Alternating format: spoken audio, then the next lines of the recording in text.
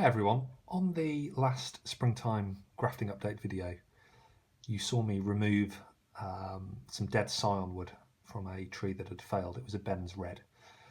I suggested at the time that it might be interesting to do a bit of a post-mortem on that scion just to see if we could work out really what had gone wrong and why it didn't take.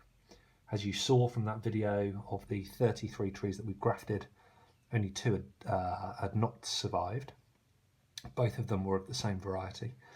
And that variety was generally very slower than the others. So this is the scion that I removed. It's a very sorry looking piece of wood. You can see that it's really generally not very healthy. Now this was in pristine condition when it went on. Admittedly the graft was done very early. It was done at the end of January. The Ben's Red were the first scions that I grafted. But you can see, if you look at the scion here, there's been some initial dieback. So this is where I waxed the tip of the scion just to stop any water or moisture or infection getting in.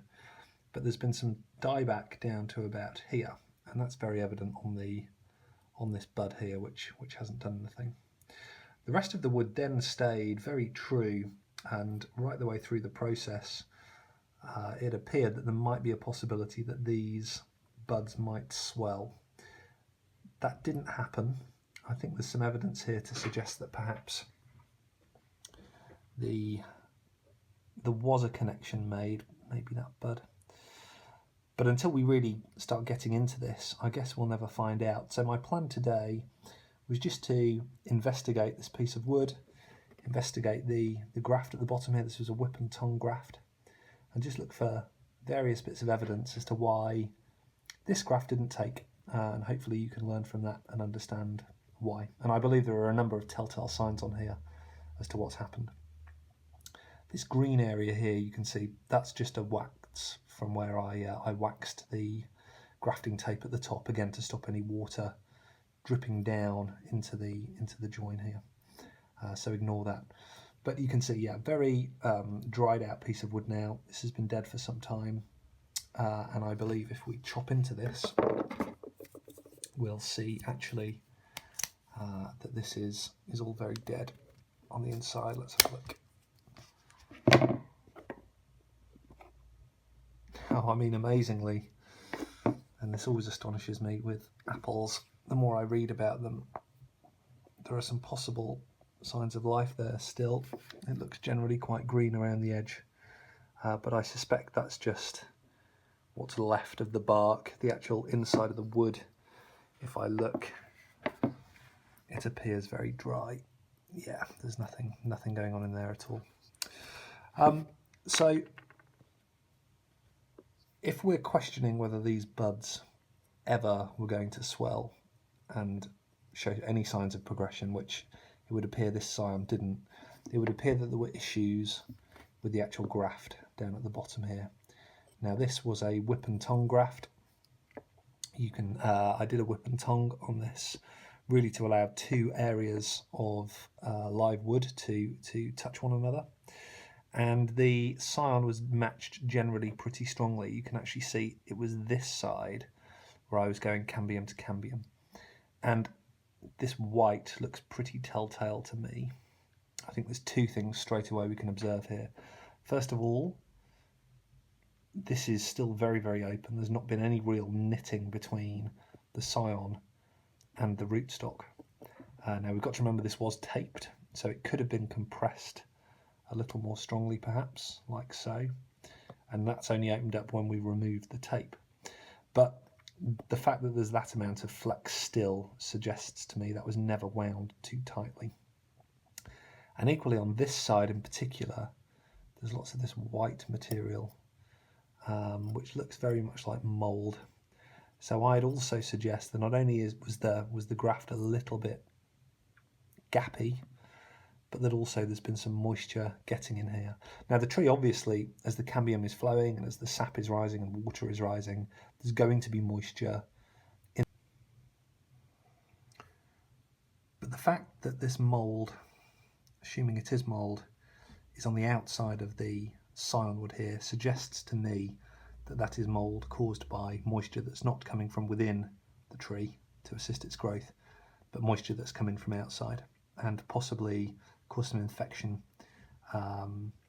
which ultimately has assisted, I'm not saying it's the sole cause, but assisted in making this particular graft unviable.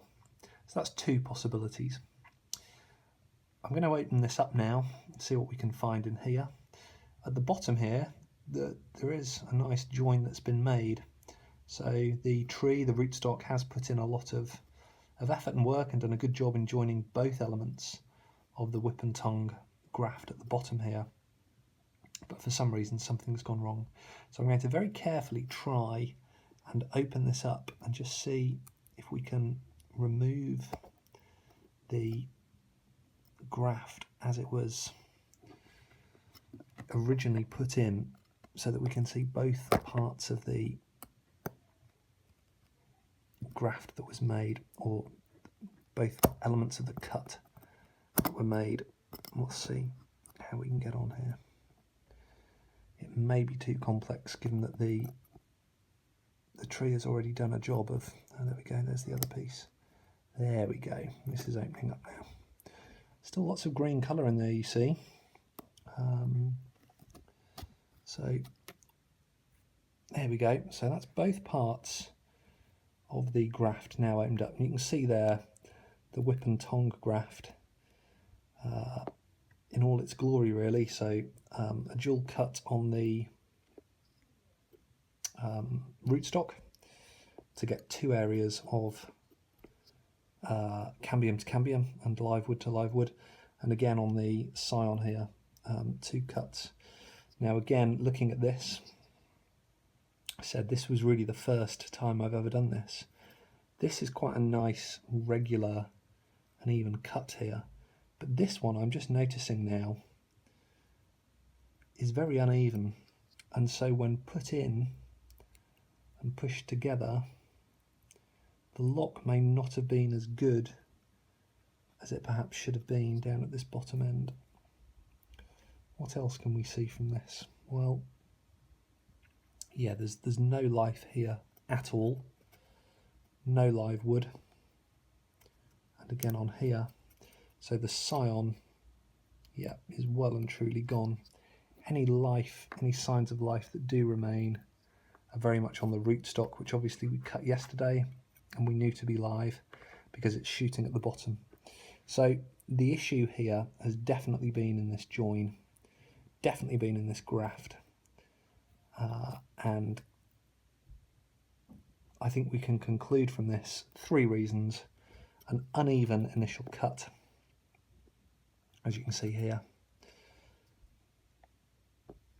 moisture getting into the union and the join, as evidenced by this mould around here,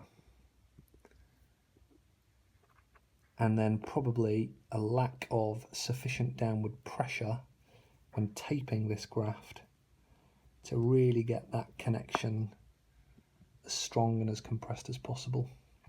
So these are all lessons that I'm learning for next year, which will be my second season. It would appear that the others have been done better and more strongly. As I say, we've only lost two so far in this initial stage. So yeah, lessons to be learned. I hope this is helpful. I hope this knowledge and this experience goes on to assist others who are thinking about doing this process. But go for it. It's not too difficult, it's not complex. You will get failures along the way, obviously. This is all about learning. So good luck, and I hope this little post-mortem exercise has been of use. Thanks for watching.